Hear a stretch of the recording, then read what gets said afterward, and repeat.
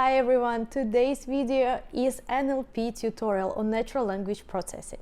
We will learn how to process text using Huggingface, and this video is perfect for beginners. If you're new to this channel, I'm Karina, I'm finance person turned data analyst turned data scientist, and now I share my knowledge with other people online. For our text analytics, we will be using Huggingface. Huggingface is a company that focuses on developing and advancing natural language processing technologies. So they are best known for their open source library called Transformers, and that's exactly what we will be working with today. To find Huggingface, you can just Google it. That's how website looks like. I will leave a link in the description as well. If you go on their website, here you can find tasks. And this is a list of tasks that Huggingface can help you with. They do a lot of computer vision, like image and video classification, image to text, text to image, etc. But we will not work with those tasks today. We will work with natural language processing. And it can do question answering, summarization, text classification, translation,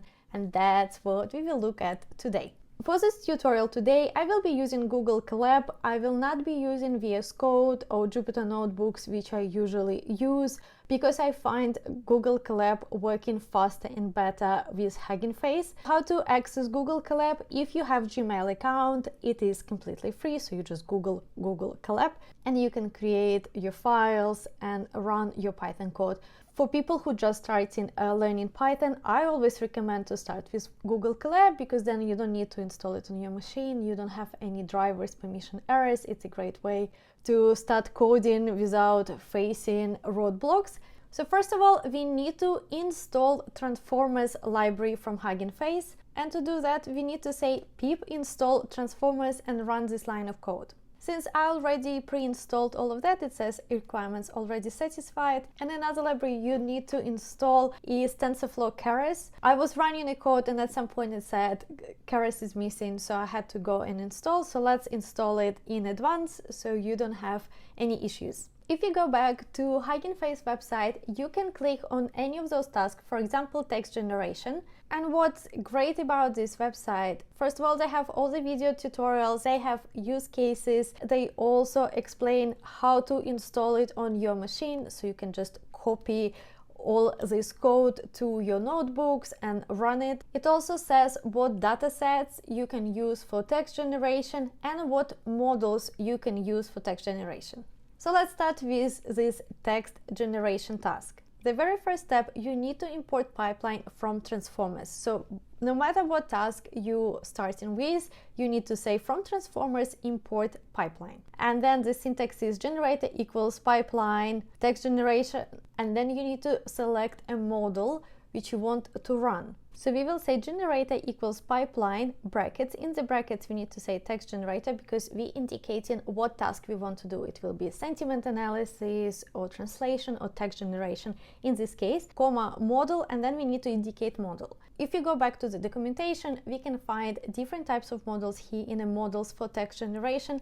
Other option on the website, if you click models, it gives you the list of available models, and here in natural language processing you can pick your task. For example, we do text generation, and this is the list of models. And for this tutorial I decided to pick this OpenAI community GPT-2. You click on this library and then here you can copy the name of the library and insert it here, insert in the quotes in your pipeline. Then we are finally generating a text. We need to say generator brackets. In the brackets you indicate the text. For example, today is Monday, it's true, so that's my text, comma, truncation equals true, number of return sequences 2. So truncation means we are cutting off part of the text that exceeds a certain length. Usually you also need to indicate maximum length. Number return sequences equals 2. It means that I want to have 2 sentences returned.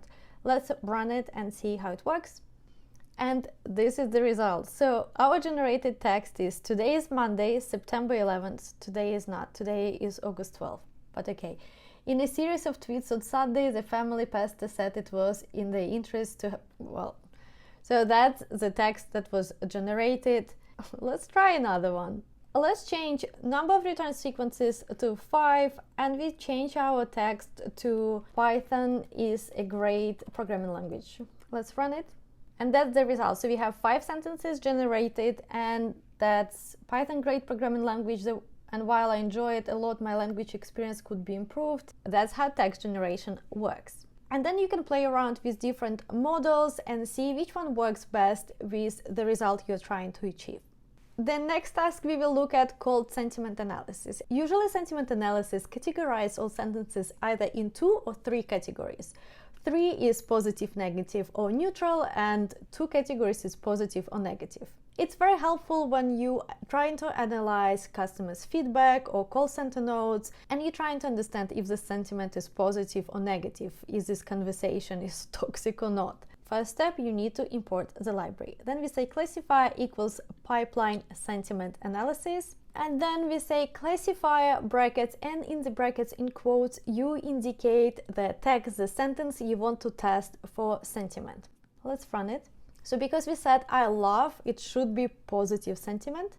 Okay, it came back with positive sentiment and it gave us a score. In sentiment analysis, score is from -1 to 1. The other way you can rewrite the syntax, I will show you. So if you say pipeline like this, and then you can immediately start next bracket, and then in quotes use your text. Let's use one of the texts that we generated before. Okay, let's insert it, and let's now run and see what we've got.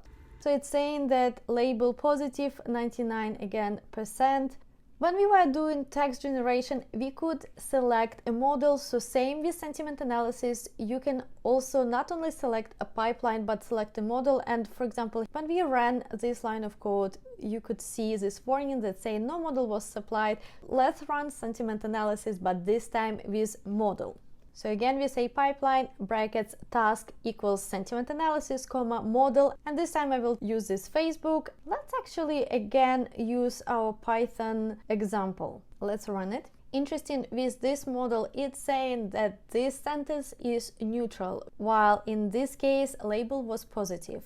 Let's try this completely different model, which is this Roberta-based Go Emotions. And this model shows that label admiration. So if we go back to our models, this type of model, let's click on it. And if we go to documentation, it will tell you what responses you can achieve. So for example, if we use this model instead of sentiment analysis where it says positive, negative, neutral, you can classify the sentence with one of the emotions, so admiration, anger, annoyance. Okay, so we discussed with you sentiment analysis, emotion detection, and text generation. Another thing we will look at is question answering. So let's say from transformers import pipeline. As I said before, you don't need to do it every single time. QA model equals pipeline question answering, and then question answer model brackets question what day is it today, and then we need to provide a context, and the context is today's is sunny Monday.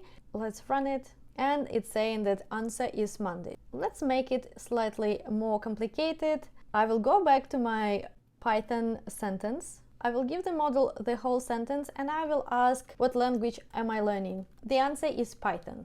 Let's look at another task which I think is brilliant, is text summarization. So you can upload a long book, paper, and then ask the model to summarize and find the key moments of this paper and just give you the bullet points and a summary of what you've just read.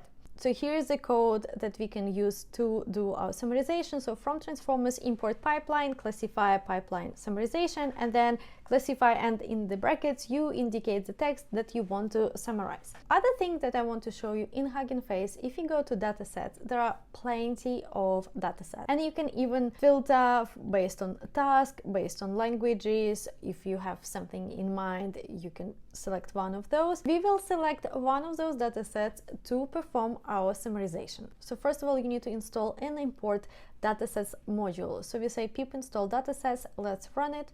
And now let's import dataset. So to do that, we say from dataset import load dataset, and then dataset equals load dataset, and then in brackets you indicate the path to the dataset you want to import. If you go back, for example, Wikipedia, you go to Wikipedia, you copy this path, you then indicate this path here, run it, and you have the dataset. Let's check how our dataset looks like. So we have this train dataset, and we will look only at the first element of our dataset. So we say dataset square brackets train because we want to check that. We want a very first element, that's why we say 0.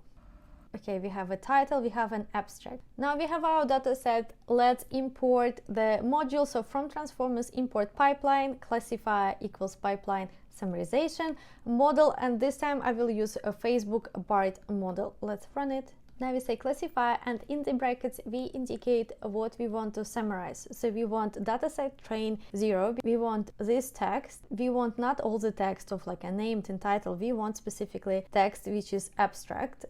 This is a summary of the text that we had. The next two things we will talk about is tokenization and then fine-tuning of those models. Let's have a look how tokenization works. Tokenization is a process. It splits the sentence into separate tokens and then analyzes each token or word separately. From transformers, we need to import auto-tokenizer, and then tokenizer equals auto-tokenizer.from pre-trained, and then we select the model we want. And the simplest way, let's check how tokenization works. So we say sentence equals, and then you can indicate the sentence you want. Our sentence, I just copied it from above.